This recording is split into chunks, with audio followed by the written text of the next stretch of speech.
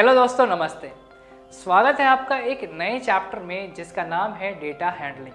जैसा कि आप सबको याद होगा, हमने क्लास 6 में डेटा के कलेक्शन को, डेटा के एनालिसिस को और पिक्टोग्राफ और बार ग्राफ के फॉर्म में डेटा के रिप्रेजेंटेशन को पढ़ा था, उसे समझा था।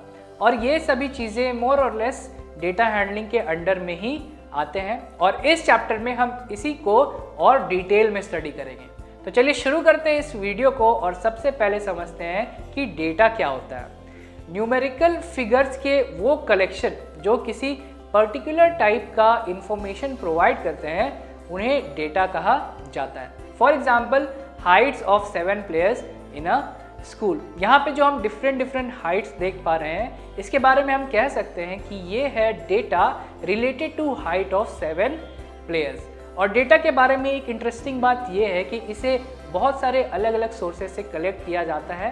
फॉर एग्जाम्पल, न्यूज़पेपर्स, मैगजीन्स और सर्वेज कंडक्ट करके भी। और ओरिजिनल फॉर्म में जो डेटा ऑब्टेन किया जाता है उसे रॉ डेटा कहा जाता है।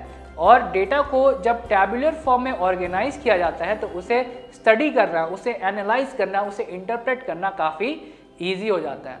फॉर एग्जाम्पल, यहाँ पे 10 स्टूडेंट्स के सर्वे का रिजल्ट टैबुलर फॉर्म में रिप्रेजेंट किया गया है और उस सर्वे में उनसे पूछा गया था कि उनका फेवरेट सब्जेक्ट कौन सा है।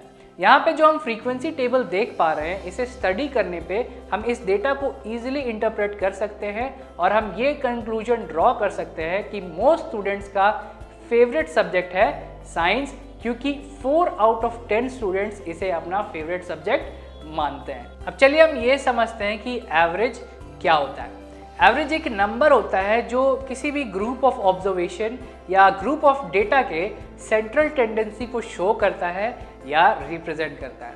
फॉर एग्जाम्पल, अगर हम कहते हैं कि Govind on an average daily basis पे अपने स्टडीज़ पे 4 आवर्स स्पेंड करता है, तो इसका मतलब होगा कि वो कुछ डेज पे 4 आवर्स से ज़्यादा भी स्पेंड करता है और कुछ डेज पे 4 आवर्स से कम भी स्पेंड करता है।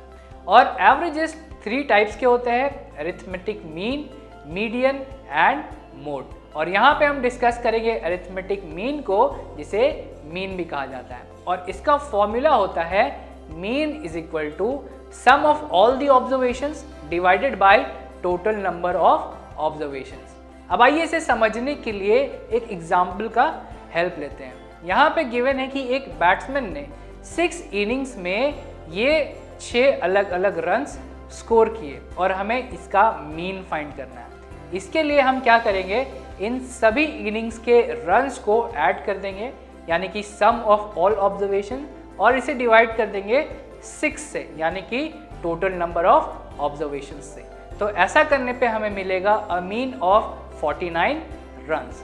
तो आज के वीडियो में इतना ही। मिलते हैं एक नए वीडियो में एक नए इंटरेस्टिंग टॉपिक के साथ। वीडियो में बने रहने के लिए थैंक यू सो मच।